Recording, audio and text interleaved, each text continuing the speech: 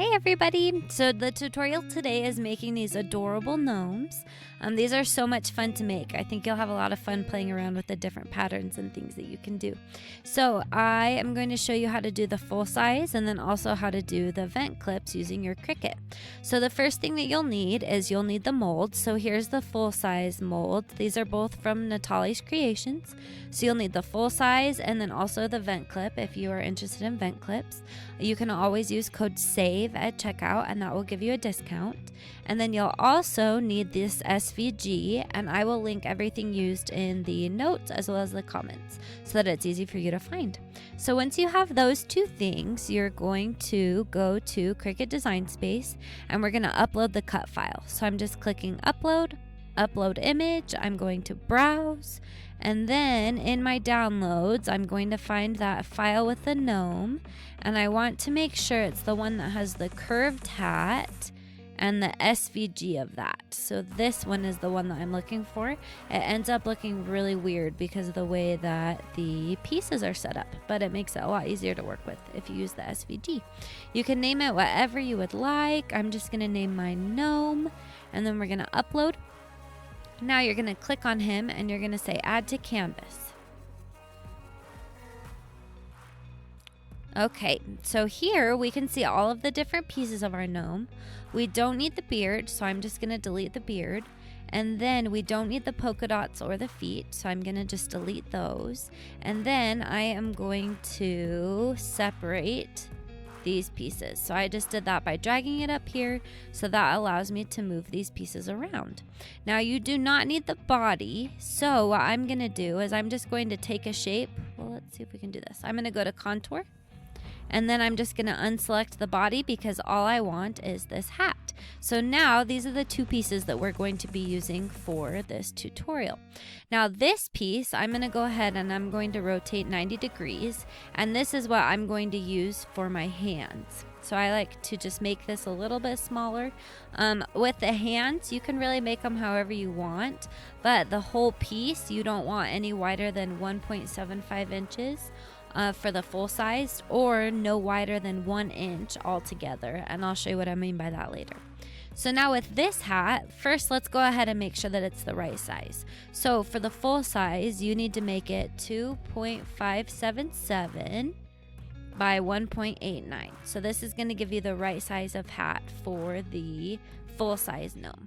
Now I'm going to copy it, and for the smaller sized gnome, you need it for the vent clips, you need it to be 1.578. Whoops, 1.578 by 1.078. So you're gonna have to go in and you're gonna have to click this unlock button so that you can make the height what we need it to be, 1.078. Now my sizing isn't perfect. Feel free to play around with it so that it fits a little bit closer, but this has worked for me so far. Now with the vent clips, you're going to need 2 of them, but you're going to need to make sure on the second one that you go up to this flip button and you're going to flip it horizontally, because if we go back to my example one, you can see that the hats go in 2 different directions. So you're going to need 2 different directions of hats. So now that we have these sized to the right amount, I'm just going to change these to be a print then cut.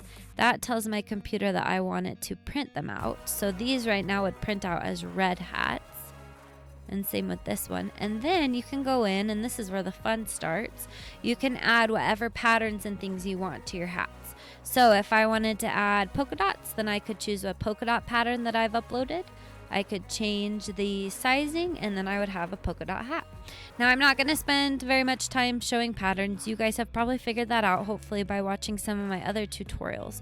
But I am going to show you how I do the hands. So I'm going to make 2 copies of this circle, and then what I do is I have gone to Etsy and I've looked up something like 4-leaf clover. You could also Google images. It really doesn't matter, but you're going to choose something that you want him to hold. Okay, so whatever you want him to hold in his hands, you can go and you can choose a picture for that, and you can upload that into Design Space. Now I've already done that, so I'm just going to search through my uploads for clover, because I have already had one for him to hold. So I'm just going to click add to canvas, and this is what my gnome is going to be holding. So now this is obviously too big for his little hands, so I'm just going to resize it to whatever size that I want, and then we'll play around with the whole sizing in just a second, so don't worry about it as a whole. I'm going to bring this to the front and bring this to the front so that his hands are holding them, and then once you have them arranged how you would like, I like to highlight all of them. You're going to say attach, and then you have to make sure that you say flatten, otherwise it's going to cut out this circle and cut out this circle completely. So I flatten it, and then with the full size hands you want to make sure that it's not wider than 1.75 inches. So I'm just going to go in and I'm going to resize this so that they're a little bit smaller. So what that does is it helps it fit right on the body. Now, in order to do it for the vent clips, I'm just going to copy this same thing, but for vent clips, you just want to make sure that it's not wider than 1 inch. So I just resize that to 1 inch. Now, for these little itty bitty pieces, you're going to want to make sure that your mat is really sticky. Otherwise, your Cricut is going to tear it and it's going to be a pain. So if your paper keeps tearing with your Cricut, you need to make sure that your mat is really sticky, because if that paper is sticking up at all, then your knife is just going to tear it and rip it up, and you're not going to get nicely cut pieces.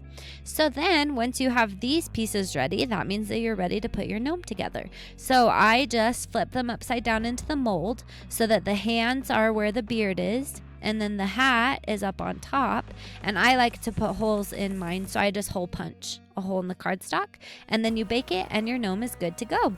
So hopefully you found this tutorial helpful. I'll leave it on this screen so that you can see all of my sizing. If you want to be notified when I post videos in the future, then you can hit that subscribe button, and then also in the video description notes is the Facebook support group that I help run. So if you have any Freshie questions or just want to make some new friends, feel free to come join us on Facebook. Thank you so much for watching.